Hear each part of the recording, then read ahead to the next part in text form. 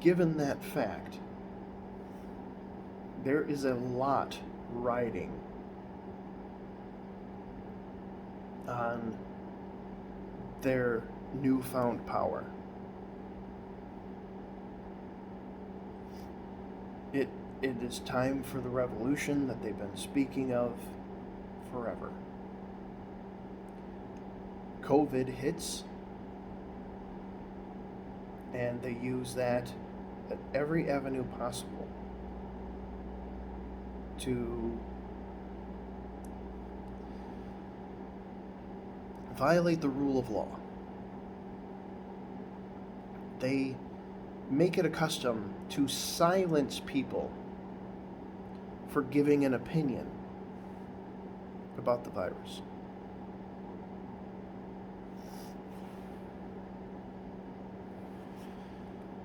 They make sure they completely control the narrative. People become quickly accustomed to this. And of course, the media narrative's just gone rampant with misinformation. But the people aren't allowed to question that misinformation.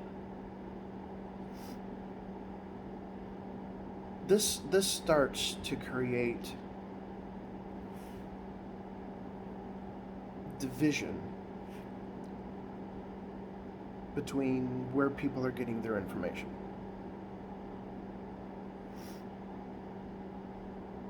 So, if a topic is not allowed to be spoken of, people are going to find places where they can speak about that topic openly, and it's going to be everybody that agrees, usually.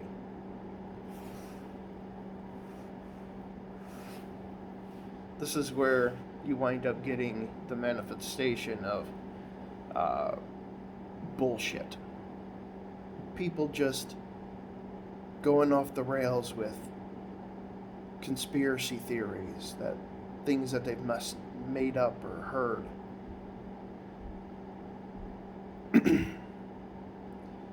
Because there's no real pushback. Everyone's just curious. So there's a lot of looking up the information, and then people are making conclusions themselves, picking out what they like to hear. It got obnoxious. And it was something that didn't have to happen. We could have just all had adult conversations about the virus and realize that in this country we have a right to do that. I don't care how it's an inconvenience.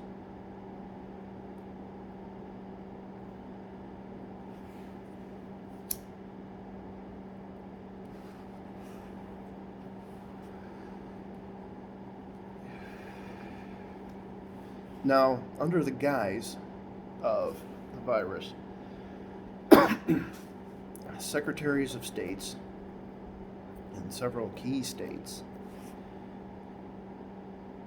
decided to violate separation of powers and unconstitutionally make laws and mandates and procedures that undermined election integrity as well as the challenger process.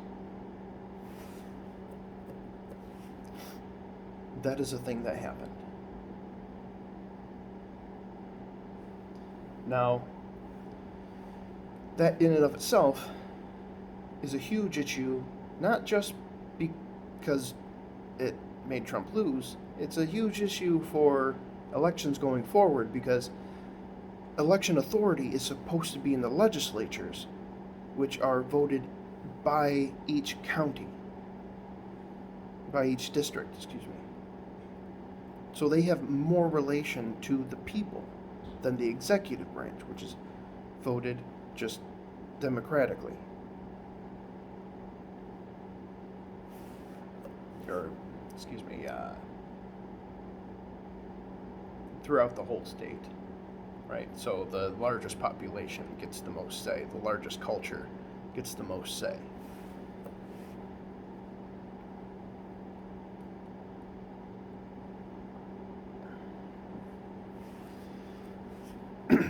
Now, that was brought up in suit in my state, and the court sided with the Secretary of State on the issue of distance for challengers. Now, these are people that you get a Democrat and a Republican. They're supposed to stand next to the vote counter and look at each ballot and make sure that the ballot is good. Good to go, good to be counted. And if there's an issue, they raise the issue, they tag it, and they set it aside. That's what's supposed to happen. The new procedure was that you were not allowed to be within 6 feet of the vote counter. And they packed all the vote counters together, 6 feet apart from each other. So you could only be on the outskirts. And a lot of times they just had little areas where you could watch. That is in clear violation of that process. That means who knows the validity of those ballots? Nobody knows.